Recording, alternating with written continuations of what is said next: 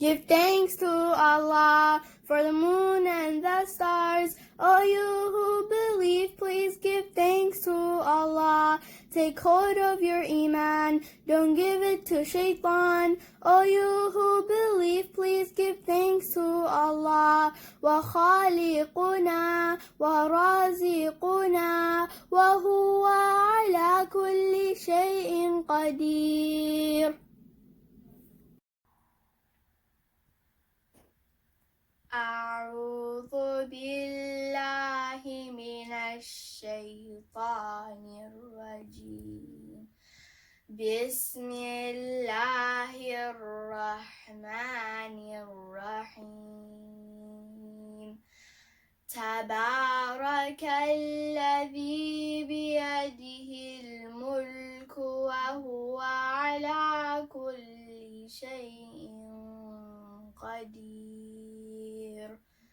الذي خلق الموت والحياة ليبلوكم أيكم أحسن عملا وهو العزيز الغفور. الذي خلق 7 سماوات طباقا ما ترى في خلق الرحمن من تفاوت فارجع البصر هل ترى من فطور ثم ارجع البصر كرتين ينقلب إليك البصر خاسئا وهو حسير. ولقد زينا السماء الدنيا بمصابيح وجعلناها رجوما للشياطين وأعتدنا لهم عذاب السعير. وللذين كفروا بربهم عذاب جهنم وبئس المصير. إذا ألقوا فيها سمعوا لها شهيقا وهي تفور تكاد تميز من الغيظ كلما ألقي فيها فوج سألهم خزنتها ألم يأتكم نذير قالوا بلى قد جاءنا نذير فكذبنا وقلنا ما نزل الله من شيء إن أنتم إلا في ضلال كبير. وقالوا لو كنا نسمع أو نعقل ما كنا في أصحاب السعير. فاعترفوا بذنبهم فسحقا لأصحاب السعير.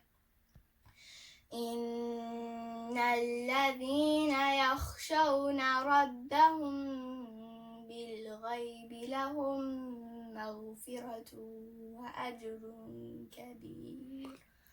صدق الله العظيم. وبلغ رسوله النبي الكريم ونحن على ذلك من الشاهدين.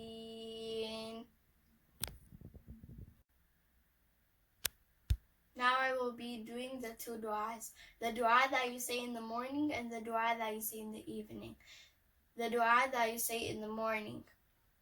أصبحنا وأصبح الملك لله والحمد لله لا إله إلا الله وحده لا شريك له له الملك وله الحمد وهو على كل شيء قدير رب أسألك خير ما في هذا اليوم وخير ما بعده وأعوذ بك من شر ما في هذا اليوم وشر ما بعده أعوذ بك من الكسل وسوء الكبر وأعوذ بك من عذاب في النار وعذاب في القبر.